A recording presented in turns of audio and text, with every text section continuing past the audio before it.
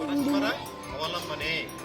ಪರಸ್ಪರ ಅವಲಂಬನೆ ಅಂದ್ರೆ ಇಲ್ಲೇನಪ್ಪ ಅಂದ್ರೆ ಸಮಾಜದಲ್ಲಿ ನೋಡಿ ಸೈನಿಕರು, ಶಿಕ್ಷಕರು, ಕಮ್ಮಾರ, ವ್ಯಾಪಾರಿ, ಡಾಕ್ಟರ್, ವೈದ್ಯರು ಎಲ್ಲ ಇದೀವಿ.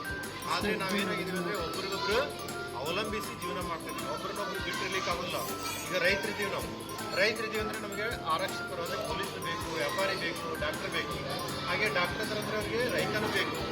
ಹಾಗೆ ಒಬ್ರನ್ನೊಬ್ರು ಹಾಗಾಗಿ ನಾವೇನ್ ಮಾಡ್ತೀವಿ ಗೇಡ್ರ ಬೆಲೆ ತರ ನಮ್ಮ ಸಂಬಂಧ ಇದೆ. ದಾರ ಹಾಕಿದೀವಿ. ಈ ರೀತಿ ಡಿಪೆಂಡ್ ಆಗಿದೆ.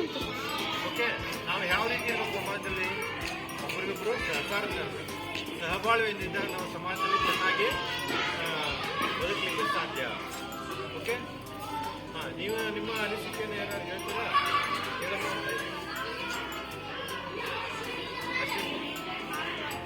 ಜೋರಾಗಿ. ವಕೀಲರಿಗೆ ಎಲ್ಲರೂ ಬೇಕು, ರೈತರು ಹೇಳಿ.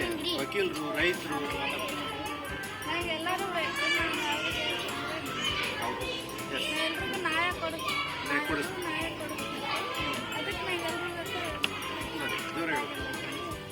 ನಮಸ್ಕಾರ. ನಾನು ವೈದ್ಯಕೀಯ ಆಗಿದ್ದೀನಿ.